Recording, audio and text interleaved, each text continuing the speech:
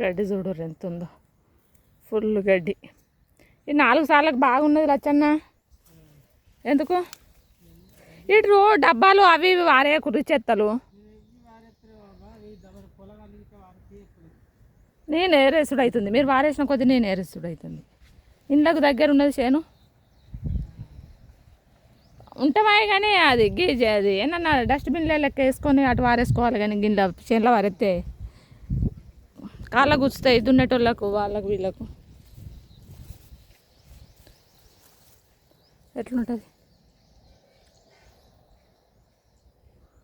ఇక చూడుర్రి. మా వాళ్ళు చేనుకు దగ్గర ఉన్నదని అన్ని ఇండ్లనే చెల్లలే వారెత్తారు. అన్నీ ఒక డస్ట్బిన్లో వారేసుకొని బయట వారేసి రావచ్చు. దున్నటోళ్ళకి ఎంత కష్టం, సీసా వక్కలైనా అవి ఇవి.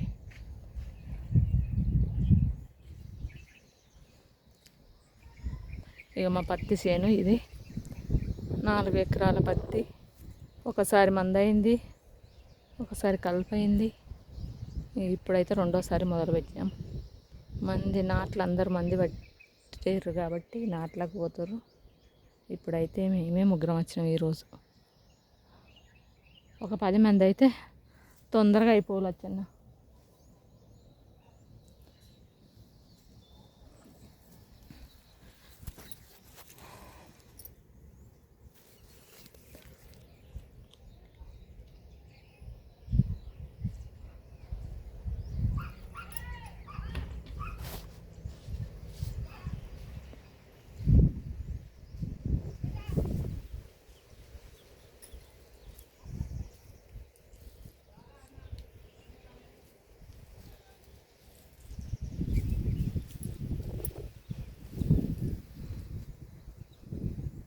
నాలుగు ఎకరాల చేను పత్తి, ఒక 20 గుంటలు పసుపు, ఇంకా 4 ఎకరాలు పొలం ఇక్కడ, ఇంకొక 2 ఎకరాలు వేరే ఎకరాలు, మొత్తం 10 ఎకరాలు.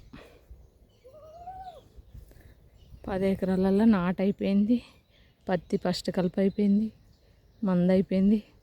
రెండో కలుపు తీసి మందు వేసినామంటే ఇక కొంచెం పనుల దగ్గర పడ్డట్టే. పసుపులో ఒకసారి గడ్డి వీకినాం, ఇంకొకసారి వీకాలి. ఇక నైస్ కుక్క అడే అడే